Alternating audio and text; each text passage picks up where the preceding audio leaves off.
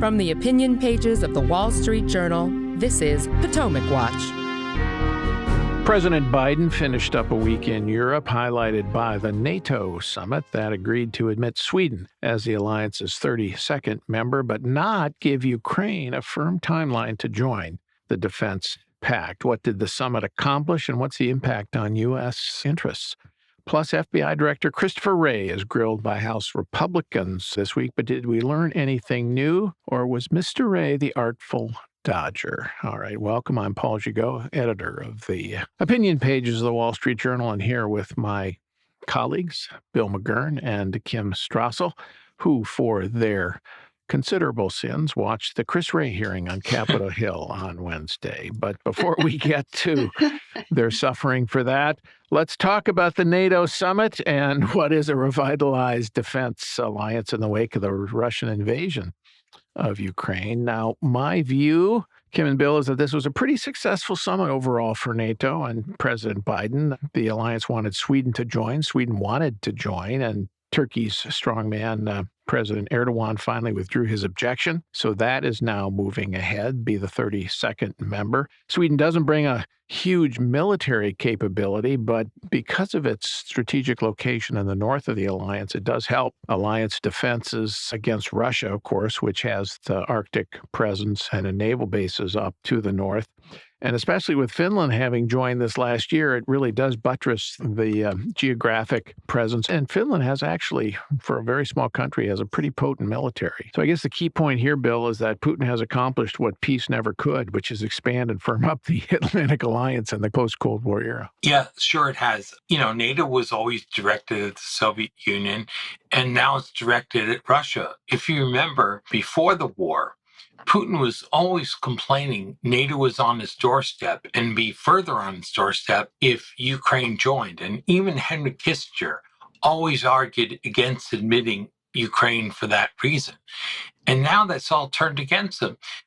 They're basically declaring themselves enemies of Vladimir Putin. And now he has a stronger alliance.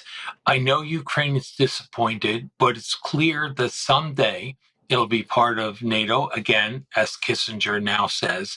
So in a long-term view, I think it's a good move for NATO. Yeah, Kim, let's talk about the Ukraine point that Bill raises, because I think Sweden now is pretty much a done deal.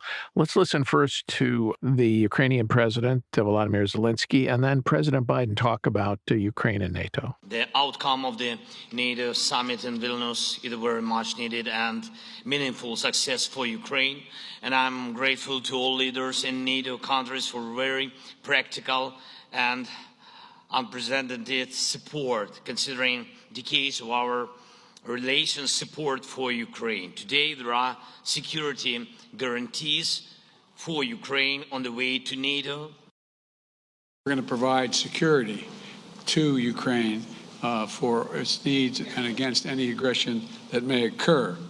Today, the members of the G7 are launching a joint declaration of support for Ukraine to make it clear that our support will last long into the future.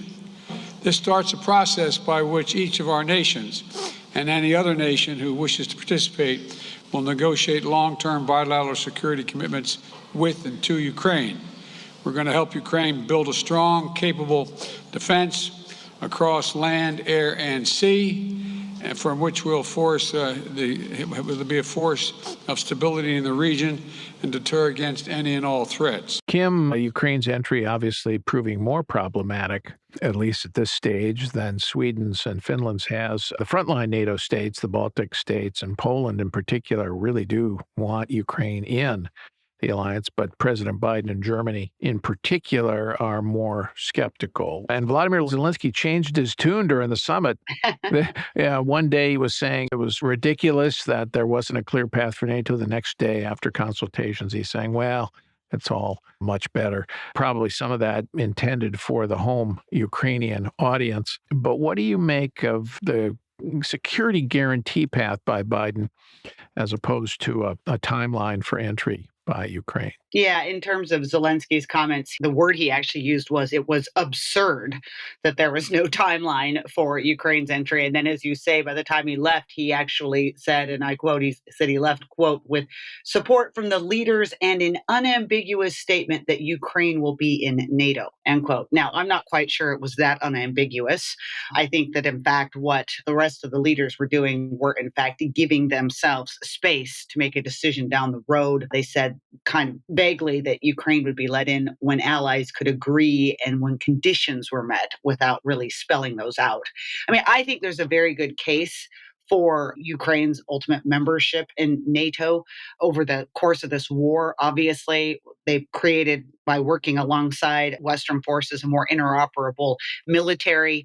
They would be a front line against Putin, who is, at least for the moment, not going away, and his aggression is not going away.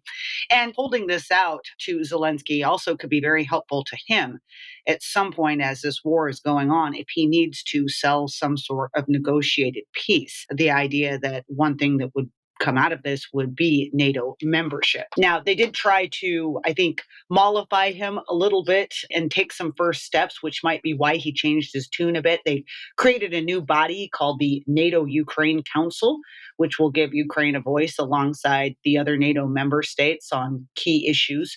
And a lot of nations stood up to voice more military aid, more mid-range missiles from France, tank ammunition from Germany. 11 European countries came together in a coalition to train Ukrainian pilots on F-16s when and if Biden ever gets around to actually sending them.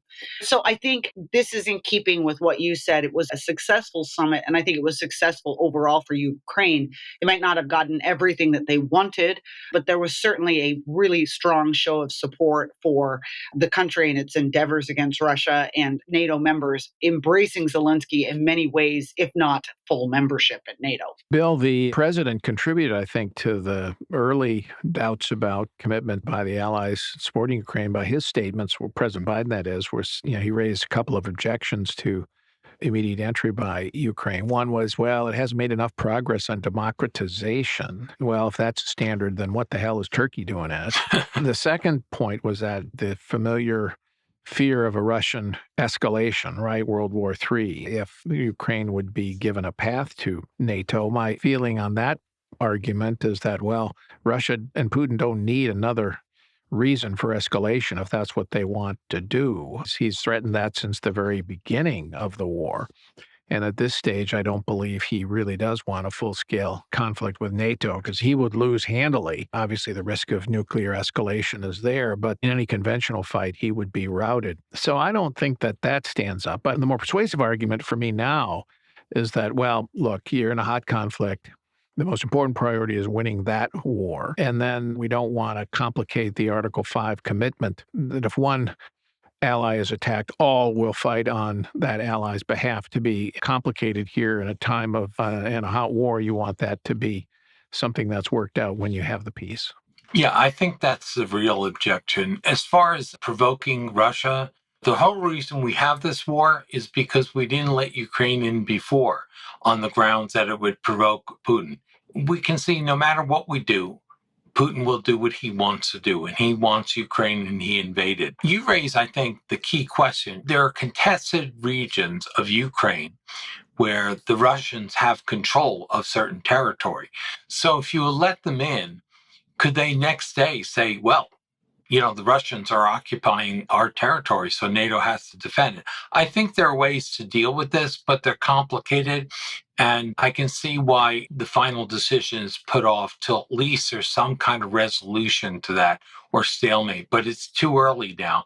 And I don't see what the advantage of admitting it now. I would build up NATO the way they have.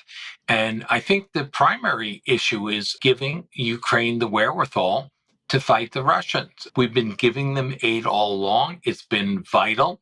But we never seem to give enough or give what they're asking, give them just short of what they need for a real victory. I want to elaborate a little bit, Kim, on the point you alluded to earlier, which is that if Ukraine does have a pretty clear path to joining NATO when the war is over, after a certain period. This will help win the peace and not just win the war, but win the peace. And what I mean by that is that Zelensky may have to negotiate settlement of some kind where Russia still controls the Crimea, say, or still controls parts of eastern Ukraine. And that won't be an easy thing after all the suffering by the Ukrainian people, for the Ukrainian people to accept, and particularly given the risks that if Russia retains hold of some of that territory, then the fear is that they will bide their time, rearm, and then reinvade to take more territory. So if there's a guarantee from NATO and you're part of NATO, then that becomes much more complicated for Putin. And the Ukrainians are much more likely to accept some kind of imperfect peace, which may be at the end of this what Zelensky has to accept. Yeah, I agree with you. And that is going to be a very bitter pill, not just for the reasons you mentioned, but because the rallying cry from the beginning of this is among Ukrainians is that we're not going to stop until all of Ukraine is back in Ukraine again. And that may simply prove impossible to do. And while the Western countries are, I think understandably, I agree with you and Bill, there are concerns about joining in the middle of a hot war and instantly signing up NATO members for that conflict. Doing it at the end of any kind of military conflict, but then drawing that very clear line. Okay, now Ukraine is in the fold. And you, Vladimir Putin, if you decide to do this again, you're picking a fight with all of NATO. I think that changes the calculation dramatically and would make him think twice, especially given how hard his military has been hit, we know, as a result of this, and some unpopularity back home and schisms within the ranks. So I think that this could be vital, in fact, to Zelensky having some sort of exit from this in the future.